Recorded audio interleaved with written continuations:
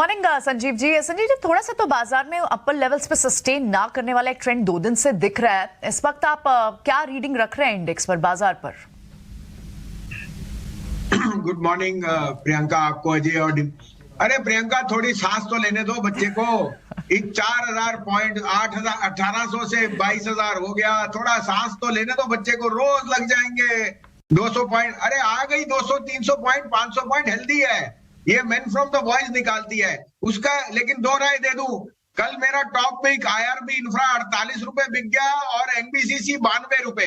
मैं तो ये देख रहा हूं कि मेरे शेयर कहां जा रहे हैं। बाजार तो ऊपर नीचे करेगा और सांस तो लेने दो उसे, 2-4 दिन करने दो उसे उतार चढ़ाव। लेकिन अंडरटोन बहुत स्ट्रांग है, ये मार्केट रुकेगी नहीं 22,000 और 50,000 बैंक निफ्टी से पहले। तो तैयारी कर लो अपना पोर्टफोलियो बनाने की। Intraday volatility can be there for the next few days, but I think maybe from next week we start to trend higher. There has been strong demand from FIs. Global में भी आप US में देख रहे हैं up and down, लेकिन left out feeling humongous है। The Japanese index is up 1,000 points in 2 days. I am not correlating that. I know कि mid caps में थोड़ी सी फ्रॉथ है and they need air, but the market needs breathing space, which is what is exhibited. This daily volatility आपको लगता है and it is unnerving, but that's signs of a market which has which needs space to breathe, and that is very healthy for the broader market. हमें अभी भी लगता है select stocks will outperform, banks earnings will lead from the front, and so will capex. कल by the way Siemens ABB come in the new high मारा.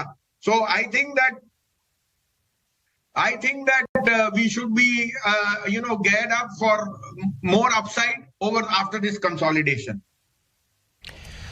क्या बात है, बहुत बढ़िया बात आपने बोली है कि थोड़ा सा सांस लेने दीजिए। एक वन साइडेड रैली होकर चुकी है, अपने स्टॉक्स के ऊपर फोकस करिए। क्या ट्रेडिंग आइडियाज आप डिस्कस करना चाहेंगे वसीम साहब? पहले वो बता दीजिए, फिर मैं आपसे आपका पुराना स्टॉक एक बार वापस से डिस्कस करना चाहूंगा। मुझे सेंस आ रहा है कि उसका जबरदस्त समय आ रहा है। ये चलिए पहले वही कर लेते हैं। आपके मित्र भी है, वो शायद क्लासमेट रह चुके हैं आपके, भीखचंदानी जी। इन्फो एज आपने कुछ महीने पहले जिक्र किया था, इसको एक बार रिविजिट करिए।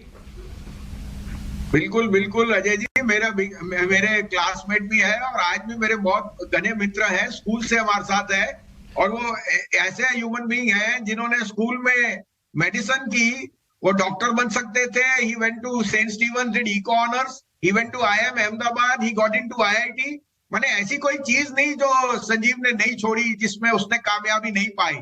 और in the and he started tuition for 5,000 rupees because he left a very very big job.